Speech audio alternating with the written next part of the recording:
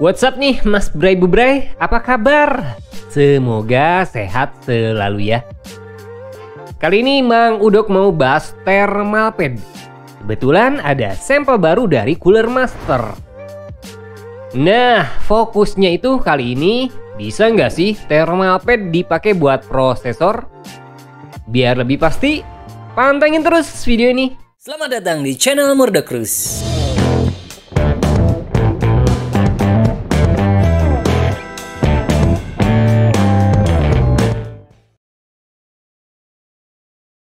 Oke nih bro, sebelum lanjut lebih detail, kita bahas thermal pad dulu ya. Jadi apa sih thermal pad itu? Sama halnya dengan fungsi thermal grease atau biasa disebut juga dengan thermal pasta. Inti dari thermal pad itu buat ngebuang panas yang dihasilin komponen.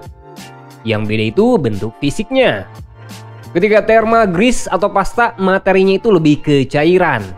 Thermal pad bentuknya seperti bantalan atau pengganjal lah. Nah, karena bentuknya lebih fleksibel, ini bisa mudah dipasang ke komponen tanpa harus khawatir materi thermal belepotan.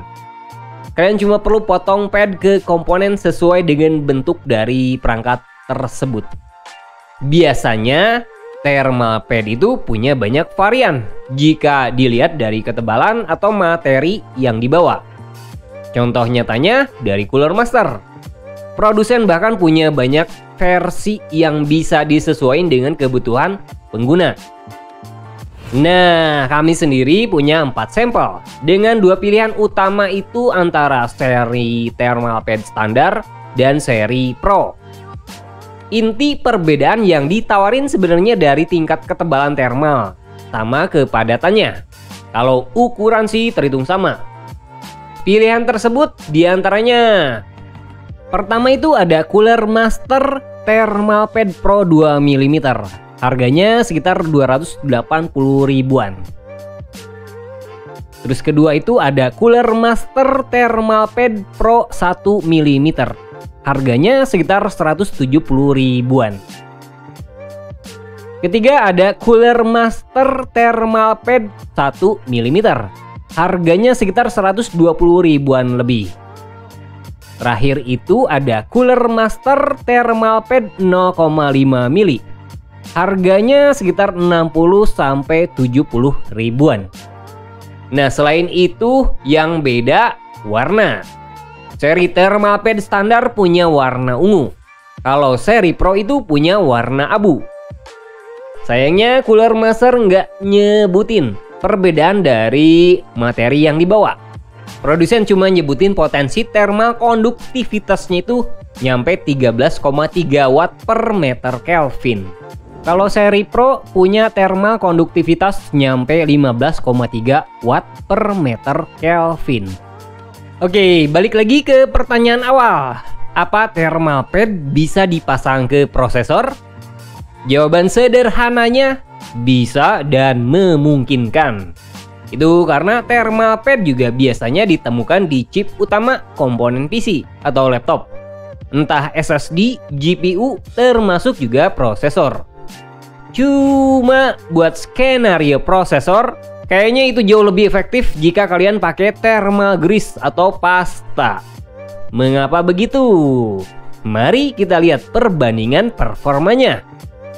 Oke, dalam pengujian Mang Udok sendiri pakai prosesor Ryzen 7 5800X. Speednya default dan coolingnya pakai IO 240. Nyatanya buat pengaplikasian di prosesor itu nggak rekomendasi. Contoh, idle aja jika pakai thermal pad, suhu yang dihasilin masih tinggi. Pilihan Pro ketebalan 2 mili bisa nyampe 60 derajat Celcius. Pakai seri standar 0,5 mili bisa jauh lebih tinggi, nyampe 72 derajat Celcius. Buat game juga sama, cukup tinggi dibanding pakai thermal grease dengan merek sama dari Cooler Master. Thermal pad Pro mungkin masih lebih masuk akal dibanding seri standar. Suhunya itu nyampe 70-72 derajat Celcius. Kalau pakai pasta kan jauh lebih adem. selisihnya itu bisa nyampe 12%. Nah, buat skenario full load seperti jalanin Cinebench R23, kayaknya suhu masih sama, dimana faktor CPU cooler lebih ngaruh. Rata-rata suhu nyampe 90 derajat Celcius, entah pakai Thermalpad Pro sama Thermalgrease. Yang beda itu seri standar, dimana ketebalan ngaruh banget bro ke cooling. Jadi gimana menurut kalian sejauh ini? Thermalpad jelas lebih ideal buat penggunaan chip kecil yang gak ngasilin panas terlalu besar. Kalau buat prosesor atau bahkan GPU sih nggak ideal. Suhu malah nggak efektif dibanding pakai pasta.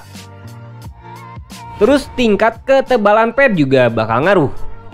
Itulah mengapa seri Thermalpad Pro punya benefit lebih positif dibanding seri standar. Cuma pengorbanan terbesar itu pasti harga yang lebih mahal.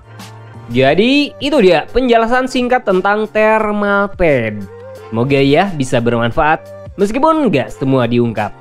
Jangan lupa like dan subscribe-nya.